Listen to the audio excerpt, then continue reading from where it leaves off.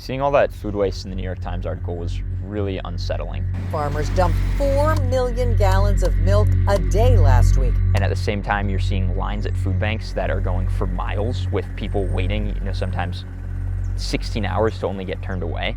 It doesn't sit well with any of us. So what we did is we said, okay, let's call around and see if we can find a farm, that actually has surplus eggs, and see if we can just connect, one farm to one food bank. And maybe you can call it naive, but as college students, we're gonna try. In the first week, we delivered 10,800 eggs and 50,000 pounds of onions. This was a food bank that I had grown up volunteering at. My parents took me there when I was 5 or 6, and we'd sort the fruit. That feeling that we just had helping, our local food bank, how can we get other communities to feel the same way? We called as many of our friends as we could, and everyone kind of felt the same way. Hey, there actually is something here. We got to get moving on this. College students starting FarmLink. FarmLink. The FarmLink Project. Connecting farmers with food banks. Food Finders, who sponsors us, their PayPal account has frozen. PayPal was this suspicious activities going on. You just received, thousands of donations in the last, 10 minutes. It's insane the amount of outpouring and support. Now we're trying to move over 250,000 pounds of food every week. We're hoping to move 1 million this month, which comes out to 800,000 meals.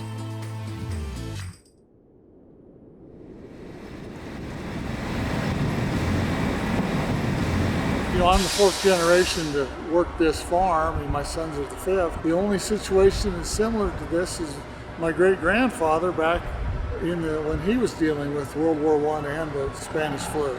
But calling him up and asking him for advice is not really a go-to plan, so we're kind of making it up as we go.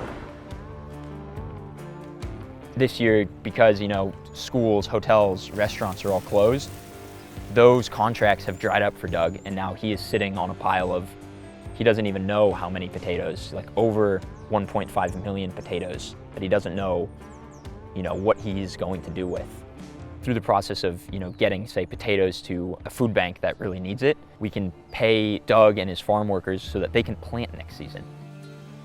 We just loaded this truck here with 27 totes to go to a food bank in Salt Lake City. A little after 1, the guys should probably be there by about 5 o'clock-ish.